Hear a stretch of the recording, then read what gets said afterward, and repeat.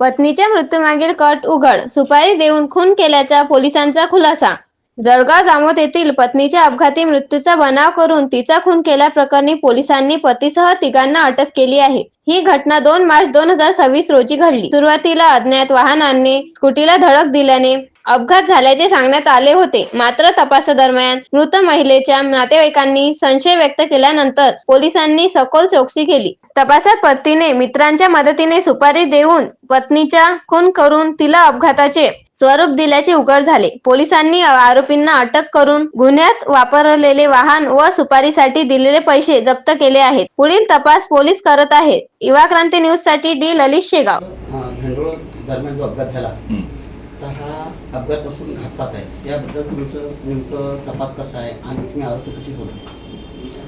तर आपल्या police station Jalgaon Jamod येथे 2 मार्च 2026 रोजी फिर्यादी मनीष दिगंबर गावंडे यांनी आपल्याकडे तक्रार दिली की त्यांची जी सून होती वृषाली प्रकाश गावंडे हिचा कुणीतरी अज्ञात वाहनाने धडक देऊन अपघात केलेला आहे. या फिर्यादीवरनं आम्ही एक गुन्हा दाखल केला.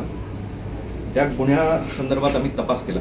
त्या तपासामध्ये आम्ही काही साक्षीदार बोलवले, त्यांचे नातेवाईक बोलवले. तर त्यांच्या नातेवाईकांनी याच्यावर थोडा संशय उपस्थित केला. मग पोलीस स्टेशनचे इन्चार्ज नितीन पाटील साहेब तसेच SDPO साहेब यांनी त्याचा सखोल चौकशी केली. गोपनीय जी यंत्रणा आहे ती हलवली आणि त्याच्यामध्ये आम्हाला काही संशयास्पद सापडले. त्याच्यानंतर आम्ही त्याचा तांत्रिक तपास केला. CCTV असतील, सगळे जे काही कॉल रेकॉर्ड्स असतील त्याची तपासणी केली आणि काही संशयित आम्ही वाहनं त्याच्यातनं आम्ही निष्पन्न केली. आणि त्यामार्फत त्यांची चौकशी केल्यानंतर असं कळालं की यांचे जे मृतक होती वृषाली प्रकाश गावंडे, यांचे पती प्रकाश गावंडे तसेच मंगेश साहुळकर आणि गाडी चालक मंगेश सूर्यवंशी असे 3 लोक याच्यामध्ये निष्पन्न झाले. आणि यांची ज्यावेळेस आम्ही सखोल तपासणी केली, चौकशी केली, सगळे तांत्रिक पुरावे हस्तगत केल्यानंतर जे काही माहिती आली त्यांचं इंट्रोगेशन केलं, सायंटिफिक इंट्रोगेशन. त्याच्यानंतर असं कळालं की जे यांचे पती होते प्रकाश गावंडे यांनी पैसे देऊन या खुनाचा कट रचला आणि पैसे दिल्यानंतर जो चालक होता मंगेश सूर्यवंशी यांनी ती गाडी अशा पद्धतीने चालवली त्या महिलेला मागून धडक देऊन तिचा खून करण्यात आला. तर याचा आम्ही सगळं सखोल तपास केला. 3 आरोपी अटक केले.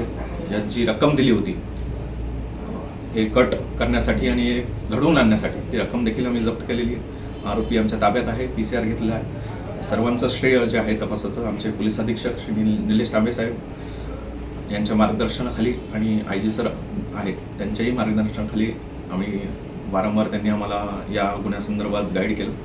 आणि पूर्ण क्रेडिट नितीन पाटील आणि जे ठाणेदार आहेत जळगाव जामोदचे त्यांची टीम यांचाही ह्याच्यामध्ये भरपूर